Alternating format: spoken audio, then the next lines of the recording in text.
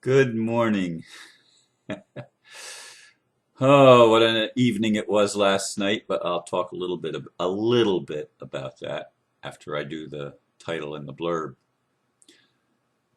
The title is Beliefs That Support the Control Grid. Another word for control grid is matrix, but I don't have that written down.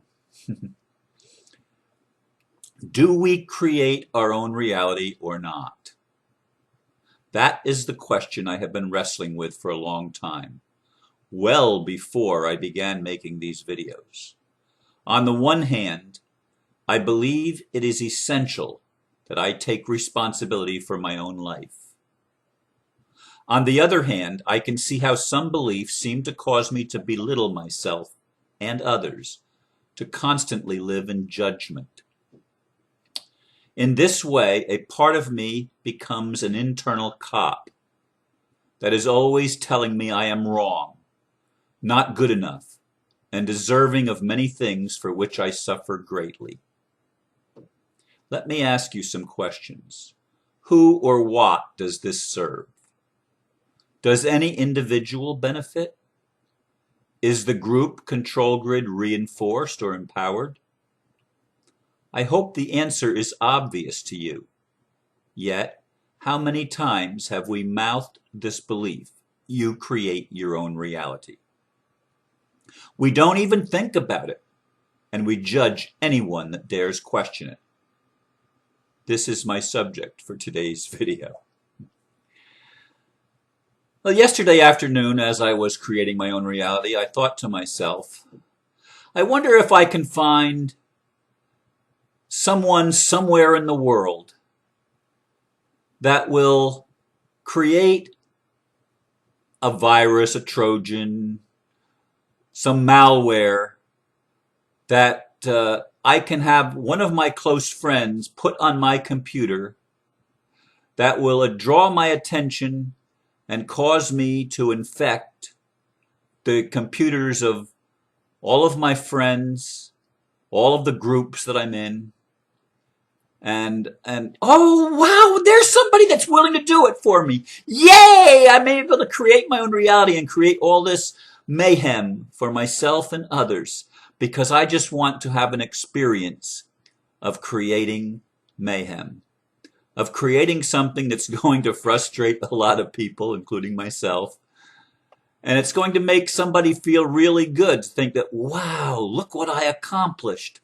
I was able to cause confusion in all of these people's lives that are wanting to create good because they all create their own reality, and I'm going to teach them that I'm helping them create their own reality. I'm going to show them how much reality they can create when they believe, when they really believe that they do it all, that it's all in their hands, it's all in their control. I'm going to teach them how important it is that they understand that they are responsible. They are accountable for everything that happens in their lives. And they create it all for themselves. Even if they're not aware of it, they create it. And I'm going to show them. Yes, I did all that last night. I created that individual. I don't know who that individual is. I'd probably never meet him or her or them. I'll probably never meet them. But they impacted my whole evening. Now, if I had gone to the workshop, which I chose not to do, because I'll tell you why in a second here, I wouldn't have maybe experienced all of that until this morning when the email would have been waiting for me because I would have been, at the time that it happened, I would have been already gone to the workshop. I wouldn't have even been home. And my whole evening would have been different. But I chose not to go to the workshop because on Thursday morning, I woke up with a severe pain right here, right where I'm touching.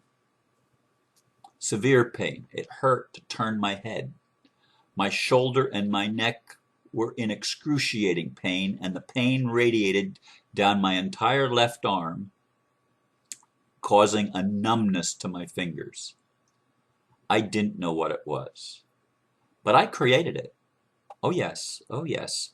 I thought, what can I do to teach Ron a lesson about pain? Oh, I'm going to be a pain in his neck. So I created this pain in my neck that for 2 or 3 hours at least was excruciating. I mean, I did everything. I sat in the vibrating chair that I that's in my bedroom that I almost never sit in, and I just wanted it to vibrate out the thing. Meanwhile I'm massaging it. Oh, that hurts. Still. Um, and then I went and I soaked in the tub with Epsom salts. I tried exercising and moving even though it was hurting. I was moving my head back and forth trying to shake that pain out of my body that I created just so that I could teach myself a lesson in pain. And all day long, all freaking day long Thursday, into the night till I went to bed, my arm was still numb. It was still numb. Didn't hurt. The pain had mostly subsided, although it's still sore to the touch right here. Right here. It's still sore to the touch. Okay? The same thing was pretty much all day yesterday, although as I meditated in the morning, I recognized that the pain was distributed throughout my body. There were like tension. It was like tension in my feet, in my ankles, in my legs, in parts of my trunk. And of course, my left hand was not numb this morning. The numbness seems to have gone away today. But the pain right here is still right there. Anyway, that's what I created for myself. And I've heard a lot of people in workshops and people on the internet, including Teal Scott, who was greatly abused as a young girl, infant perhaps. I don't know exactly what point her abuse began. But in her mind, she buys into this, I created my own reality. And so many teachers are teaching us that we create our own reality. As I said in the blurb, it's important that you and I each take responsibility for our lives. But it's also important, I believe, to realize that we didn't create our own reality.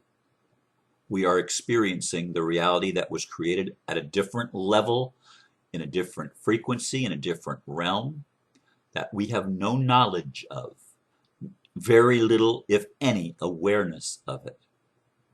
It's all at the subconscious level. It's all at a level that we know nothing about. Therefore, if we keep telling ourselves that we create our own reality, if we keep buying into this platitude, this belief mantra that is going around in the New Age and New Thought circles and has been for a long time, if we keep on doing this, we're always going to be the cop inside of ourselves, wondering, what did I do to deserve this? How did I create this in my life? And we're always going to be questioning ourselves, judging ourselves. Or maybe we're not going to judge ourselves. Maybe we're going to be one of those denial people. Well, I didn't do it. It's not mine. It's somebody else's. And so we separate ourselves from that which we're aware of. We say, it's not mine. We refuse to take responsibility. That's another belief system. It's another spiritual practice, if you will, or religious practice. It's called denial and avoidance. And we go into that and we blame it on somebody else, but I'm in unity consciousness. And we lie to ourselves. And we keep on lying to ourselves. And we get mad at anybody that dares question our belief. But we don't have any ego. Because I've overcome my ego, you understand. You understand how I've gone beyond my ego. So it's not an ego thing. But how dare you question my belief? Well, I question all beliefs. That's my job. That's what Ron Van Dyke does. That's what the Paradox Man does. I question beliefs. I'm an equal opportunity sacred cow kicker. I've been doing this for a long time. Sometimes I see one side of it and I might be mouthing and preaching the belief, if you will. because, oh, I'm convinced, I create my own reality. Where I am in this moment, on July 27th, 2013, is I don't believe we create our own reality individually. I do believe we create our own reality macrocosmically, or in the collective. Okay? Together we have created the reality that we experience. Together. Not individually. No single individual is responsible for it. The only thing any individual is responsible for is how are you going to react to it? How are you going to respond to the reality that we collectively created for ourselves? How are you going to respond? That's something that you have to take responsibility for. Your response does make a difference. So does mine. I can respond by lashing out and judging. I can respond by being angry. I can respond by forgiving, by doing ho'oponopono, or some spiritual practices that aren't in denial, that allow me to take full responsibility for everything that I perceive in my world. I was part of that. I'm not necessarily individually responsible. I didn't necessarily create it. It's not my conscious creation, but it is my conscious observation. And therefore, I must respond to it. It's mine because it's in my realm of awareness. It's mine. It's not somebody else's. It's not somebody else's belief. It's not somebody else's thought. It's mine because it's in my awareness. I'm taking responsibility for it. But I didn't create all the pain and suffering that people are feeling. I didn't create all the pain and suffering that I'm feeling. It's just part of the collective experience that we have given ourselves to wake ourselves up, to get a new vantage point and to define things so that they make sense, number one, and so that they liberate us, number two. Liberate us from what? From the matrix, because the matrix is a control grid. It is a system of domination. It is a system of belittling everyone, making everybody smaller than they really are, as small as they can possibly be, making them feel guilt and shame and all of the lowest negative emotions. And they feel that and they experience it. When I say they, I mean we. I mean we experience that. We all do at some point in our life, or we deny it. And that's what the matrix does. It causes us to either embrace it and feel bad, or deny it and fail to take responsibility, both of which make us smaller than we really are, both of which belittle us, both of which drain us of our power, so that the system, the grid, the matrix is empowered and the individual is disempowered. That's what happens with these belief systems if you don't put them in perspective. And I'm hoping that that's what I'm giving you today, perspective. Now I'm going to close with this reading that's been posted on my wall for a very long time. If you can see it, it's discolored even. It's sort of, the paper is sort of turned yellow. Now I took this out of The People of the Lie by M. Scott Peck, MD, which was his second book after The Road Less Traveled. And it's actually a quote by Charles Robinson, who is actually speaking for God. And Charles wrote for God, "I know you. I created you. I have loved you from your mother's womb. You have fled, as you now know, from my love. But I love you nevertheless, and not the less, however far you flee. It is I who sustains your very power of fleeing, and I will never finally let you go. I accept you as you are. You are forgiven. I know all your sufferings. I have always known them, far beyond your understanding. When you suffer, I suffer. I also know all the little tricks by which you try to hide the ugliness you have made of your life from yourself and others. But you are beautiful.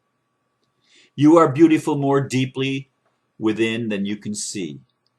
You are beautiful because you yourself, in the unique person that only you are, reflect already something of the beauty of my holiness in a way which shall never end.